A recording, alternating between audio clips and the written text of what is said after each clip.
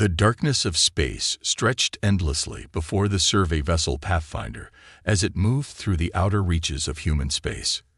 Captain Marcus Thompson stood at the bridge's main viewport, his tired eyes scanning the void ahead. 3 months of routine survey work had yielded nothing interesting, and his crew was getting restless. "Captain, I'm picking up something strange on the long-range scanners," said Robert, the ship's sensor operator. His voice carried an unusual edge of excitement. "It's big, really big." Thompson walked over to the sensor station. His interest piqued. The Pathfinder wasn't meant to find anything out here. This sector had been declared empty decades ago. "Show me," he ordered, leaning over Robert's shoulder. The scan results made Thompson's heart skip a beat. The object was massive, easily several kilometers long. Its profile matched nothing in their database, yet something about its shape seemed oddly familiar. "Wake up Dr. Reed," Thompson commanded. "We're going to need her expertise on this one." As the bridge crew scrambled to action, he couldn't shake the feeling that they had just stumbled onto something important. Emma Reed arrived on the bridge 15 minutes later, her gray jumpsuit wrinkled from sleep. Her eyes widened as she looked at the sensor readings.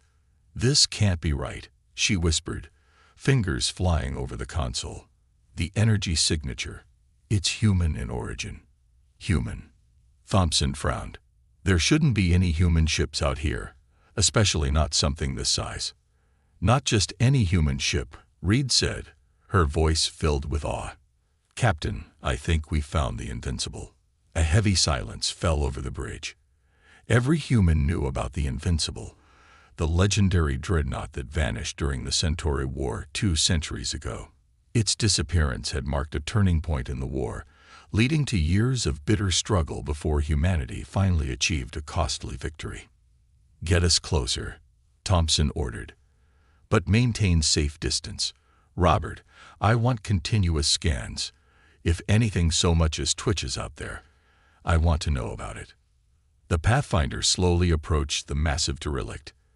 As they drew closer, the ship's external lights revealed the truth of Reed's identification. The scared hull bore the faded markings of the Earth fleet, and there, barely visible beneath 2 centuries of space dust, was the name, HMS Invincible. "Look at the hull damage," Reed said, studying the magnified images. "These aren't just battle scars. Something strange happened to this ship." She pointed to patterns of distortion in the metal. "I've never seen damage like this before." Thompson keyed the ship-wide comm. "All hands, battle stations. This is not a drill." He turned to his first officer. "Tom, I want a full security team ready for boarding. Dr. Reed, you're with them. Find out if that ship is safe to enter." The next few hours were tense as the crew prepared for boarding operations. The Pathfinder's small complement of 20 crew members moved with practiced efficiency, but Thompson could sense their nervous energy. This was supposed to be a simple survey mission, not a recovery operation for one of the most famous lost ships in human history. Reed's voice crackled over the comm as her team completed their initial survey. "Captain, you need to see this. The ship's internal atmosphere is mostly intact. More importantly, we're detecting power readings. They're weak, but they're there. This ship isn't dead." Thompson joined the boarding team in the Pathfinder's airlock. As he checked his suit seals, he couldn't help but wonder what they would find aboard the Invincible.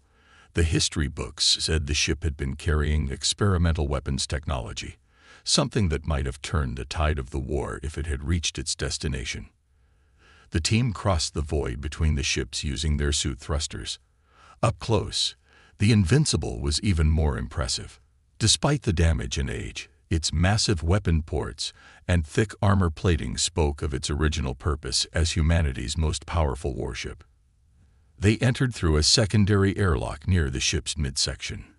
Their helmet lights illuminated corridors that had been dark for 2 centuries. The air was stale but breathable, just as Reed's scans had indicated.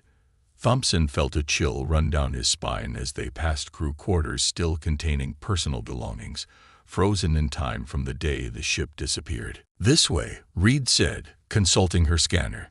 "The power readings are coming from the central computer core. If we're lucky, we might be able to access the ship's logs. They made their way deeper into the vessel, passing through corridors that grew progressively more disturbing. Here and there they found signs of battle, scorch marks on walls, damaged panels, and worst of all, the occasional remnant of the original crew. The computer core was a massive chamber in the heart of the ship. Unlike the rest of the vessel, here they found evidence of active systems. Faint lights pulsed along the walls, and the air held a slight electric charge.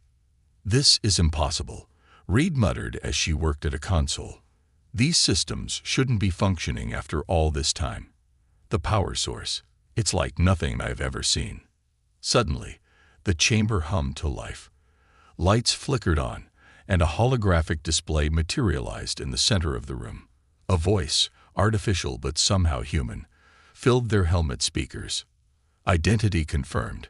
Earth Fleet personnel detected. Emergency Protocol 7 is now active." Thompson stepped forward. "This is Captain Marcus Thompson of the survey vessel Pathfinder. Identify yourself." "I am Atlas, the artificial intelligence core of the HMS Invincible. Captain Thompson, your arrival is both fortunate and urgent. I have been maintaining minimal functions for 197 years, waiting for human contact. There is information vital to Earth's survival stored in my databases." Reed looked up from her console, her face pale behind her helmet visor. "Captain, you need to see these readings. The quantum drive. It's still intact. This is the technology that was lost when the Invincible disappeared." Before Thompson could respond, Robert's voice cut in over the comm. "Captain, multiple ships just appeared at the edge of our sensor range. Their configurations match known Alderaan Empire vessels, a lot of them." Thompson's mind raced. The Alderaan Empire, humanity's current threat, was believed to be technologically superior in every way. But here they were, standing in a ship that might hold the key to evening the odds. "How long until they reach us?" Thompson asked. 20 minutes at their current speed," Robert replied. "Atlas," Thompson addressed the AI, "we need to know what happened to this ship, and we need to know now. Why did the Invincible disappear?" The holographic display changed, showing images of a long-ago battle. "Captain, what I am about to share will change the course of human history. Again. But first, you must understand what really happened during our last battle with the Centauri Collective." As the AI began its tale, Thompson knew their simple survey mission had just become something much more important. The race to unlock the Invincible's secrets before the Alderaan fleet arrived had begun, and the fate of humanity might once again rest with this long-lost Dreadnought. Atlas's holographic display filled the computer core with images of a fierce space battle. Captain Thompson and his team watched as ancient ships exchanged fire, their weapons lighting up the void. But Thompson kept glancing at his mission clock, 18 minutes until the Alderaan fleet arrived. "During the final days of the Centauri War," Atlas explained, "we discovered a fundamental flaw in their shield technology. But before we could transmit this information to Earth Fleet Command, we were caught in a temporal anomaly. The entire ship was frozen in time." "That explains the strange damage patterns," Reed said, her eyes moving between the hologram and her scanner. "The hull shows signs of temporal stress. But Atlas, what about the quantum drive?" "The records say it was experimental technology." A new image appeared, showing complex engine schematics. The quantum drive was more than just a propulsion system. It could detect and exploit weaknesses in enemy shield frequencies. But it required immense power and was highly unstable. "Captain," Robert's voice cut in over the comm. 15 minutes until contact. The Alderaan fleet is spreading out. Looks like they're planning to surround us." Thompson made a quick decision. "Dr. Reed, can we get this ship running?" Reed studied her readings. "Maybe. The main systems are intact, just dormant. Atlas has been keeping the core systems alive all these years. But Captain, powering up a ship this old is incredibly dangerous. More dangerous than facing an Alderaan battle fleet in a survey vessel?" Thompson asked. "Atlas, Can you help us restart the Invincible systems? Yes, but there are risks. The quantum drive's power signature will be detected by the Alderaan fleet, and if the drive destabilizes, it could destroy both ships. Thompson turned to his team. Return to the Pathfinder. Tell Tom to prep for emergency departure if this goes wrong. He looked at Reed. Doctor, I need you to stay and help with the restart. As the security team headed back, Thompson contacted his ship. Robert, send out a distress call to Earth Fleet. Full encryption. Tell them we found the Invincible and need immediate support. Reed was already working at a console, her fingers flying over the ancient controls. Atlas, begin power-up sequence. Redirect all available energy to critical systems only. We don't need weapons yet, just shields and the quantum drive. The massive ship began to hum around them. Lights flickered on throughout the corridors, and the deck vibrated as long-dormant systems came back to life. Warning alerts flashed across Reed's console. Power fluctuations in the main grid, she reported. The conduits aren't handling the load well after all this time. Atlas, can you reroute through secondary systems? We're routing power. Warning, quantum drive initialization will require 3 minutes to complete. Detecting multiple incoming ships on attack vectors. Thompson watched the tactical display as the Alderaan fleet moved closer. Their ships were sleek and powerful, products of a civilization centuries ahead of humanity in technology. Or at least that's what everyone believed. Captain, Robert called. They're hailing us. Put it through to my helmet comm. A cold, precise voice filled his helmet. Earth vessel, this is Commander Dex of the Alderaan Empire. You have entered restricted space and accessed prohibited technology. Surrender immediately or be destroyed. Thompson smiled grimly. This is Captain Thompson. Strange that you're claiming restricted space 10,000 light-years from your empire. How did you know we were here so quickly? They've been watching the Invincible, Reed said suddenly. That's why this sector was declared empty. They knew it was here all along. 2 minutes until quantum drive initialization, Atlas announced, detecting enemy weapons powering up. The first shots from the Alderaan fleet lit up space around them. The Pathfinder, small and agile, managed to dodge the initial barrage, but it was only a matter of time. Atlas, we need shields now, Thompson ordered. Emergency power to shields. Warning, this will delay quantum drive initialization by 40 seconds. The Invincible's ancient shield generators roared to life, creating a protective bubble around both ships. The Alderaan weapons fire splashed harmlessly against it, for now. Shield strength at 60% and falling, Atlas reported. The power requirements are straining the rebuilt circuits. Reed worked frantically at her console, trying to stabilize the power grid. The quantum drive is drawing too much power. We need to balance the load or everything will fail. Thompson watched as more Alderaan ships arrived. They were taking positions in a sphere around the Invincible, their weapons charging for a coordinated strike. They knew they had to destroy the ancient Dreadnought before its weapons came online. 30 seconds to quantum drive initialization, Atlas announced. Shield strength at 40%. The Alderaan fleet opened fire with everything they had. The shield bubble around the Invincible lit up like a sun as it absorbed the assault. Warning alarms blared through the computer core. Shield collapse imminent, Atlas warned. Quantum drive at 90% charge. Route everything to the drive. Thompson ordered. Shields, life support, everything. Captain, that's suicide. Reed protested. Atlas, do it. The shields dropped. In the seconds before the Alderaan weapons could strike, the quantum drive reached full power.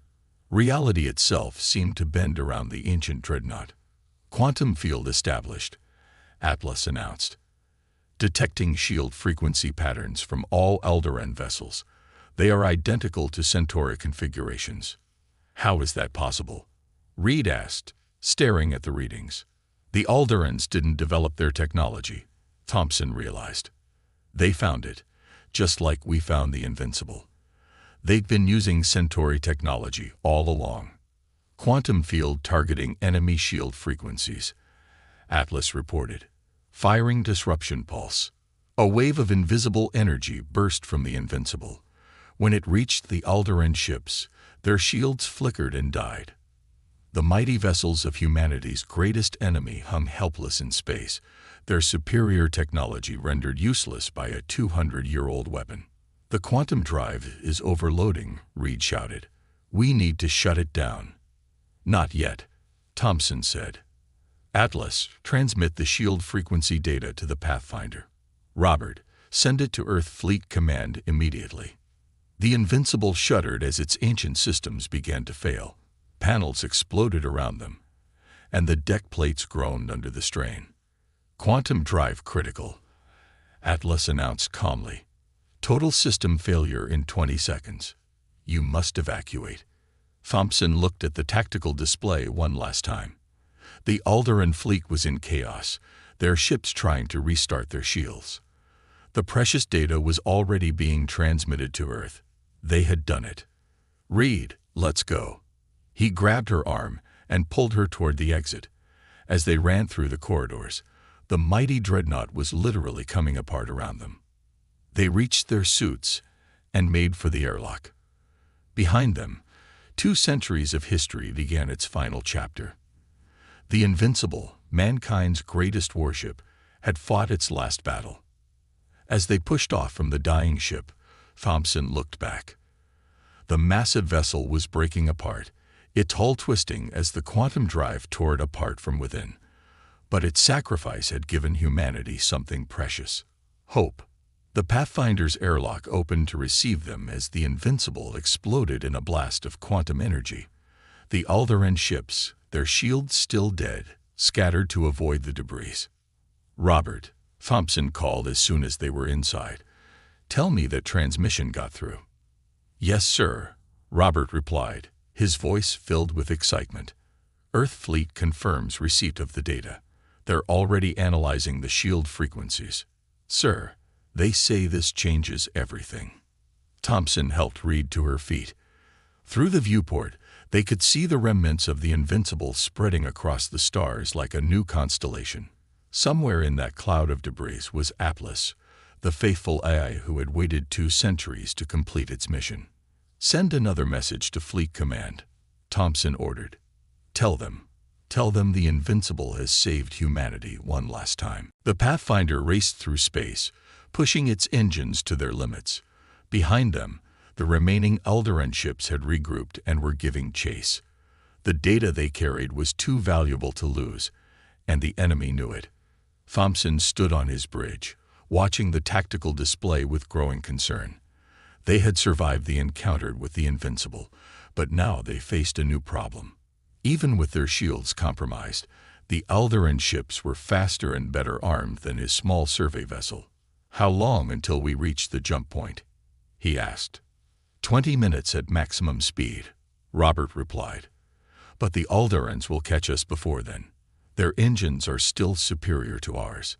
Reed worked frantically at the engineering station, where she had taken over from the regular engineer. "I might have an idea." The Invincible's data transmission included more than just shield frequencies. There were fragments of other technical data mixed in. "What kind of data?" Thompson asked. "Engine specifications, power systems. Atlas was trying to give us everything it could before the end. If I can decode it quickly enough, we might find something useful."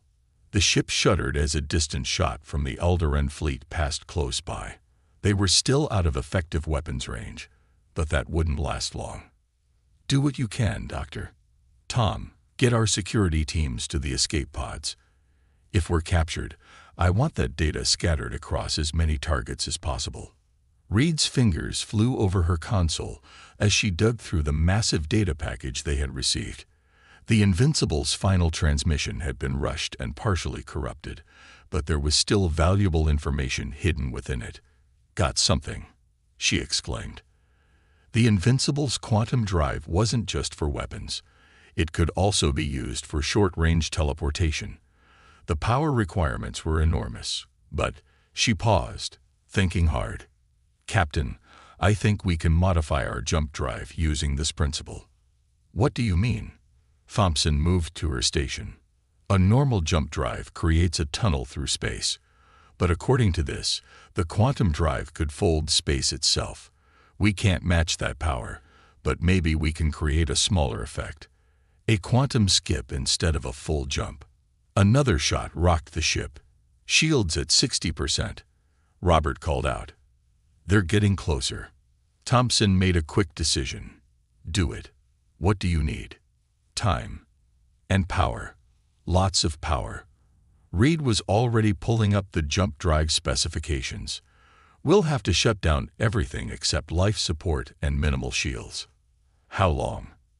10 minutes, maybe less if I can get the power flow right." Thompson nodded. "Tom, get me every engineer on this ship. Dr. Reed is in charge of them. Robert, evasive pattern delta. Buy us as much time as you can." The next few minutes were tense as Reed and the engineering team worked to modify the jump drive. The Pathfinder zigzagged through space, using every trick its crew knew to avoid the increasingly accurate Alderaan fire. "Shields at 40%. Robert reported. "Multiple impacts." "Drive modifications at 70%. Reed called back. "But Captain, there's something else in this data. Something about the Alderaans." Another hit rocked the ship hard. Warning lights flashed across multiple stations. "Hull breach on Deck 3. Tom reported. "Emergency containment holding." 5 more minutes, Reed promised. "Just give me 5 minutes." Thompson watched as the Alderaan ships spread out, trying to box them in. Their tactics were familiar. Too familiar. He walked over to Reed's station. "What did you find about the Alderaans?" Reed showed him her screen. According to the Invincible's records, the Centauri didn't just disappear after the war. Some of them fled to unexplored space. They found a primitive civilization and conquered it, sharing just enough technology to create a powerful military force. "The Alderaans," Thompson breathed. "They're puppets. The Centauri have been using them to try again, to conquer humanity through proxies." "Drive modifications complete," Reed announced. "But sir, we can only do this once. The power surge will burn out the drive completely." The ship shook violently. "Shields failing," Robert shouted. "They're charging weapons for a killing blow." "Plot a course directly for Earth," Thompson ordered. "Everyone hang on. Dr. Reed, do it." Reed activated the modified drive. The ship's lights dimmed as power was diverted to the experimental systems. Space itself seemed to twist around them as the quantum effect took hold. For a moment, nothing seemed to happen. Then reality blinked. The Pathfinder reappeared 2 light-years away, well out of range of the Alderaan fleet. The ship's systems were badly strained, with warnings flashing on every console, but they were alive. "Status report," Thompson called out. "Jump drive is completely burned out," Reed reported. "But the main engines are still functional. We're about 6 hours from the nearest Earth fleet outpost at normal speed." "Multiple ships appearing on long-range sensors," Robert announced. Then his face broke into a grin. "Earth fleet signatures. The outpost must have picked up our distress call." Thompson allowed himself to relax slightly. They had made it, but the implications of what they had learned weighed heavily on his mind. The Centauri were still out there, using the Alderaan Empire as their pawns in a centuries-old game of revenge. "Send a priority message to Fleet Command," he ordered. "Tell them we need to speak with Admiral Turner immediately. The data we recovered from the Invincible isn't just about shield frequencies. It's evidence of a much bigger threat." As the Earth fleet ships approached, Thompson looked at his tired crew. They had started this mission as simple surveyors, but they had uncovered a secret that would change the course of human history. The Invincible's last gift wasn't just military technology. It was the truth about humanity's enemies, both old and new. Reed joined him at the viewport, watching the fleet ships grow larger.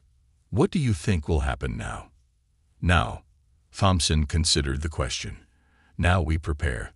The Alderans will know we escaped with the data. They'll know their shields are compromised. And somewhere out there, their Centauri masters will realize their deception is about to be exposed. We're not ready for another war, Reed said quietly. No, Thompson agreed. But thanks to the Invincible and its crew's sacrifice, we're not helpless anymore. We know who our real enemy is. We have their technical data.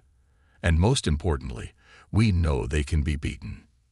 The first Earth Fleet ship pulled alongside the Pathfinder, preparing to dock. Soon they would transfer the precious data and brief Admiral Turner on everything they had discovered. The real work was just beginning.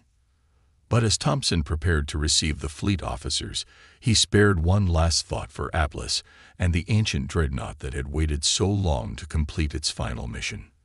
The Invincible had lived up to its name, not through immortality, but by passing on the knowledge humanity needed to survive.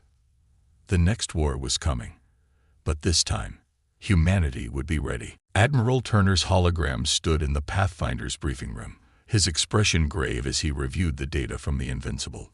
Thompson and Reed had spent the last 3 hours explaining everything they had discovered about the Alderan Empire and their Centauri controllers. This changes our entire strategic position, Turner said finally.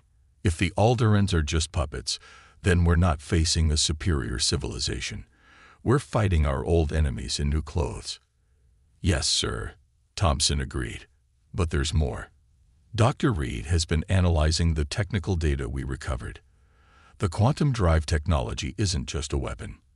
It could change everything about how we fight this war.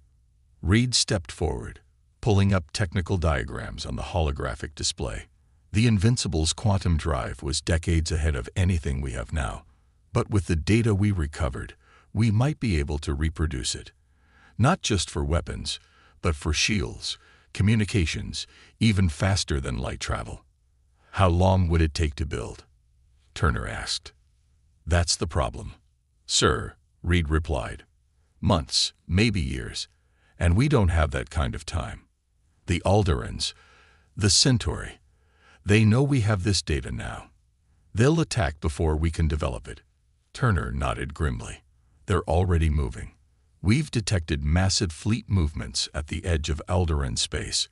They're preparing for a full-scale invasion. Then we need a different approach, Thompson said. Doctor, what about the prototype quantum drive at the Echo Base Research Facility? Could we modify it using what we learned from the Invincible? Reed's eyes lit up. Maybe. It's an older design, but the basic principles are similar. If we could integrate the Invincible's control systems. She turned to Admiral Turner. Sir, we need access to that facility. Turner was quiet for a moment, considering. Echo Base is our most secure research facility, if the Alderans discover its location. He sighed. But we're out of options. Captain Thompson, you and Dr. Reed will head there immediately. I'm giving you full authority to modify the prototype. Just get it working before the enemy arrives. The journey to Echo Base took 2 days. The facility was hidden in an asteroid field, protected by powerful cloaking technology. As the Pathfinder approached, Thompson couldn't help but admire the ingenuity of its design. The entire base was built inside a massive asteroid, virtually invisible to outside sensors. The base's chief scientist, Dr. Wells, met them in the main lab. The prototype quantum drive sat in the center of the room, surrounded by complex monitoring equipment. It was smaller than the Invincible's drive, but Reed's eyes gleamed with excitement as she examined it. The basic design is sound, she said, but they were missing crucial elements in the control systems. With the Invincible's data, we can make it work properly. They worked around the clock, modifying the prototype. Reed led the technical team, integrating the ancient Dreadnought's control algorithms into the modern systems. Thompson coordinated with base security, knowing they were in a race against time. On the 4th day, alarms blared throughout the facility. Multiple ships dropping out of jump space, the security officer announced. Alderan signatures, it's a full battle fleet. Thompson rushed to the control room. The tactical display showed dozens of enemy ships approaching the asteroid field. How did they find us? They must have tracked the quantum signatures from our modifications, Reed said, joining him. The prototype's been running at high power for days. How long until the drive is ready? Reed shook her head. We need at least an hour to complete the final calibrations. If we try to use it now, it could tear the base apart. The first Alderaan shots struck the asteroid field, destroying the smaller rocks. Their ships moved in a precise pattern, methodically eliminating any possible hiding place. Base defenses online, the security officer reported, but we can't hold them off for long. Our shields weren't designed for this kind of assault. Thompson watched the enemy fleets approach. Their formation was familiar. The same tactics the Centauri had used in the old war. Doctor, what if we don't need the drive to be fully operational? What if we just need it to work once? Reed understood immediately. Like the Invincible, one massive pulse to disrupt their shields. She thought for a moment. It's possible, but we'd have to route power from the entire base. We'd be defenseless. Better than being dead, Thompson said. He turned to the security officer. Tell all personnel to evacuate to the emergency shelters. Dr. Wells, we need control of all power systems. The next 40 minutes were a blur of activity. As the Alderaan fleet drew closer, Reed and her team worked frantically to modify the prototype for one massive burst. The base shuddered under enemy fire, its shields weakening with each hit. Power systems ready, Dr. Wells reported. But sir, even if this works, the pulse will destroy the prototype. All our research will mean nothing if we don't survive. Thompson finished. Dr. Reed. Reed's fingers flew over the control panel, making final adjustments. Ready. But Captain, there's something else. The quantum pulse. It won't just disable their shields. At this power level, it might do more. Much more. What do you mean? The Invincible's drive created a temporary effect. This could permanently damage their quantum field generators. Not just their shields, but their faster-than-light drives too. We'd strand them here. Another hit rocked the base. Shields failing. The security officer shouted. They're powering up their main weapons. Thompson looked at the tactical display. The Alderaan fleet had surrounded the asteroid base, their weapons charged for a killing blow. He thought about the Invincible, about Atlas waiting 2 centuries to deliver its final message. Sometimes victory required sacrifice. Do it, he ordered. Reed activated the prototype. The quantum drive hummed, building to a frequency that made their teeth vibrate. Warning lights flashed across every console as power was drawn from the base's systems. Quantum field established, Reed announced. Pulse firing in 3, 2, 1. The world went white. A wave of quantum energy burst from the prototype, expanding outward like a ripple in space itself. When it reached the Alderaan fleet, their ships seemed to flicker, as if reality itself was uncertain about their existence. Then, one by one, their systems failed, not just shields this time, but everything that operated on quantum principles. The mighty warships hung dead in space, their advanced technology transformed into useless metal. The prototype exploded, taking half the lab with it. But as the smoke cleared, Thompson stared at the tactical display in amazement. The entire Alderaan fleet, 30 ships and thousands of crew, was completely helpless. Send word to Admiral Turner, he ordered. Tell him it worked. Better than we could have hoped. And tell him to hurry. We've got prisoners to collect. Reed joined him at the display, watching Earth fleet ships already jumping in to secure the disable vessels. We didn't just beat them, she said quietly. We've broken their technology. Their entire empire was built on Centauri quantum science. Without it, they're no longer a threat, Thompson finished. And somewhere out there, their Centauri masters are about to learn that their weapons can be turned against them. Again. The quantum pulse had done more than win a battle. It had changed the balance of power in the galaxy forever. Humanity had taken its first real step toward becoming the dominant force in known space, and it had all started with a lost Dreadnought, waiting patiently in the void to deliver its final message. 6 months had passed since the battle at Echo Base. Captain Thompson stood at the window of Earth Fleet Command's main conference room, watching ships move through the orbital lanes above Earth. Many of them were captured Alderaan vessels, now repainted in Earth Fleet colors. It was still strange to see them flying under human control. The door opened, and Dr. Reed entered. She looked different now, wearing the formal uniform of the Fleet Science Division, with commander's ranks on her collar. The last few months had been busy for both of them. "The final report is ready," she said, joining him at the window. "The interrogations of the Alderaan crews have confirmed everything. The Centauri have been controlling their empire from the shadows for over a century, building them into a weapon to use against Earth." Thompson nodded. "And now that weapon has backfired.